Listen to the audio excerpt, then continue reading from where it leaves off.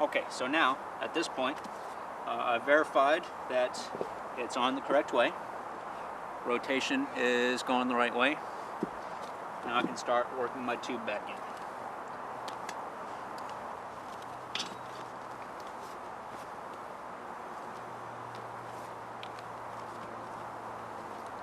Okay, so before I get my valve stem put in, I'm going to lubricate the tire, and I'm going to use my tire irons. Now this kind of takes some practice sometimes, because what you don't want to do is pinch your tube. But I'm just going to get it set over the rim. This will make it easier to reach in and get that valve stem set. Okay, so now I got some room to work with.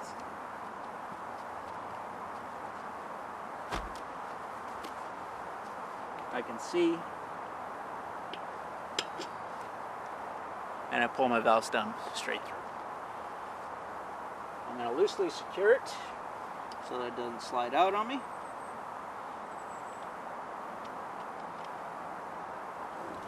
Okay, so now before I start to remount the tire, I'm going to give my tube a few quick pumps with my pump. Now I haven't put the valve core in, I'm just putting some air in the tube so it can gain its shape back.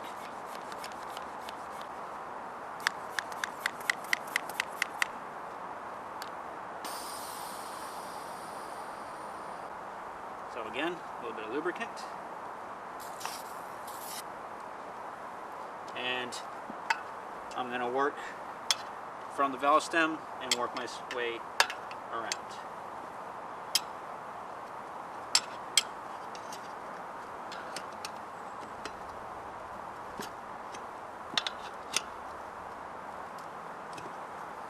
Okay, again, this is where you have to be careful not to pinch the tube.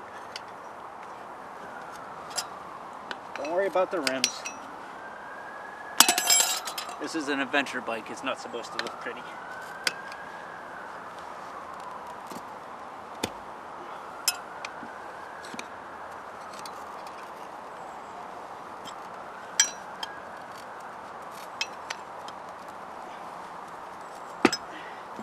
Okay, one side done, one more side to go.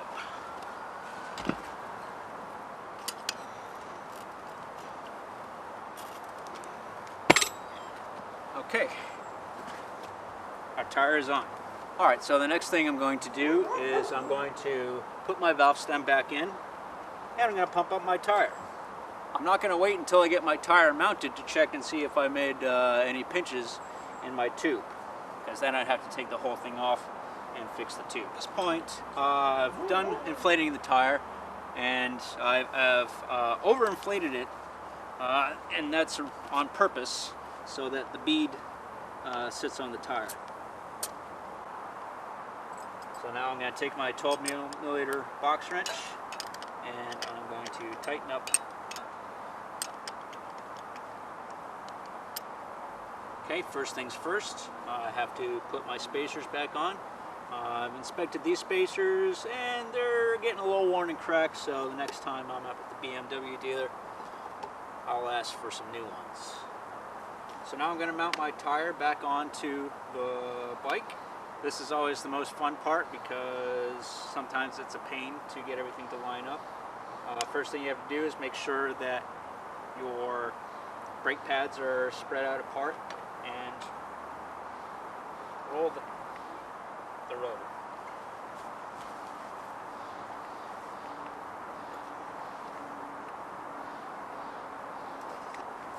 Okay, so here's that spacer.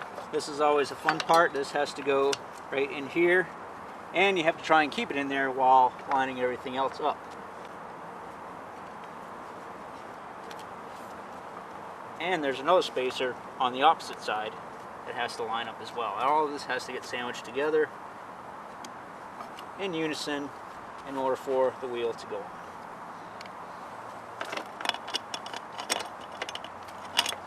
That over there. This is all.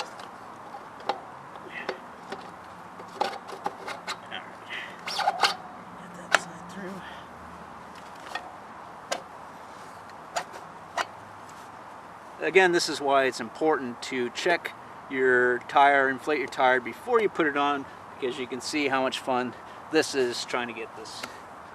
And if you had to do this a couple of times within an hour or two, you're going to be really tired, sweaty, and you're going to be using lots of curse words.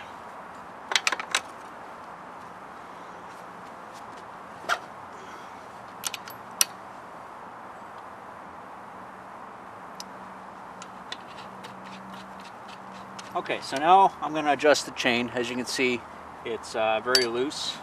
Right now I have the bolt is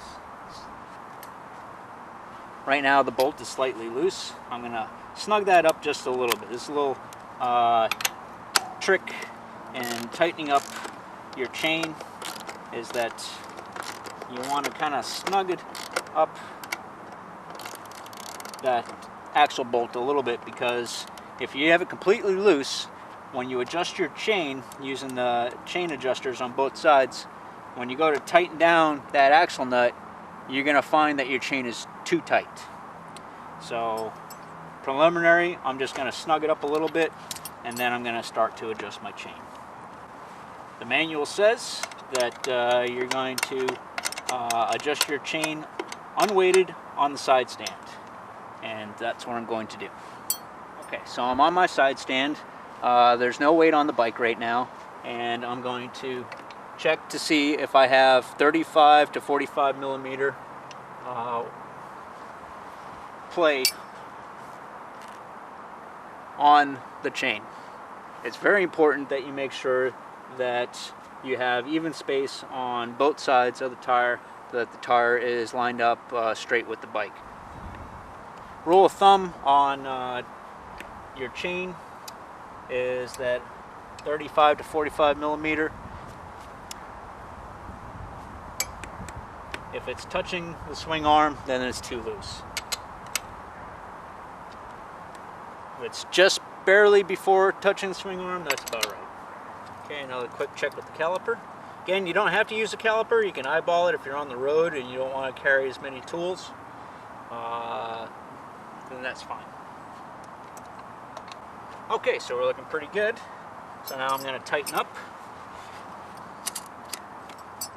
I always carry two 13 millimeter box wrenches just for this task alone. And we still got about 35 to 45. Okay, now that that's snug, I can go ahead and finish tightening up my axle bolt. When you're on the road, you're not going to be carrying a torque wrench, so just T for tight. Careful not to over tight. I'm not a very big guy, and I can still tighten this up pretty well. Check my chain again, make sure that it didn't over tight when the axle got clamped down. Looks good, and I'm done. Okay, so now that my tire is mounted, the last thing I have to do is just reconnect my ABS sensor, and I'll be on the road.